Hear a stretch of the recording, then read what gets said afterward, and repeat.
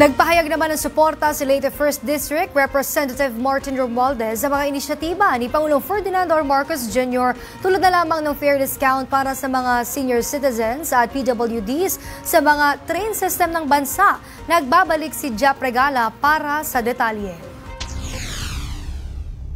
Pinarerepaso ni Leyte 1st District Representative Martin Romualdez ang Free Higher Education Law para maresolba ang isyu ng tumataas na dropout rate kahit libre na ang matrikula sa public colleges at universities. Ayon kay Representative Romualdez, 4 sa 10 estudyante ang tumitigil sa pag-aaral ng kolehiyo at anya sa ibang rehiyon ay mas malala ang sitwasyon. Batay sa datos ng 2nd Congressional Commission on Education o EDCOM2, nangunguna sa pinakamataas na dropout rate ay ang Bangsamoro Autonomous Region in Muslim Mindanao o BARM na umabot sa 93.4%. Kasunod nito ay ang Central Visayas na may 60.7%.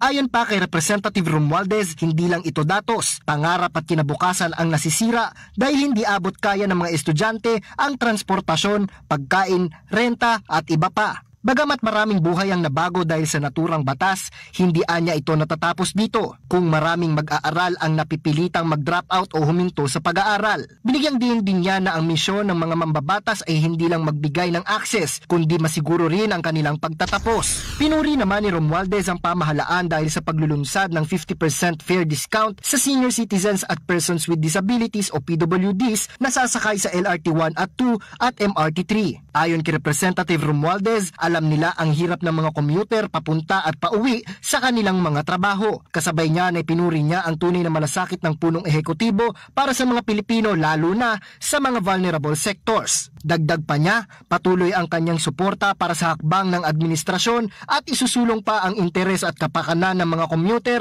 sa darating na 20th Congress. Samantala, nagpaabot naman siya ng suporta sa bagong Pilipinas eGov.ph Serbisyo Hub na inisyatiba ng pamahalaan para sa mas mabilis, mas madali at mas abot kaya na transaksyon ng mga Pilipino. Nakapaloob sa eGov.ph Serbisyo Hub ang upgraded eGov.ph Super App kung saan mas accessible na ang ilang serbisyo ng gobyerno tulad ng pagkuha ng birth certificate, driver's license at iba pa. Mas mapapadalian niya nito ang mga transaksyon ng publiko sa pamahalaan. Hindi na anya nila kailangang pumila dahil one click away na lang ito. Para sa totoong balita sa bagong Pilipinas, Jap Regala, Congress News.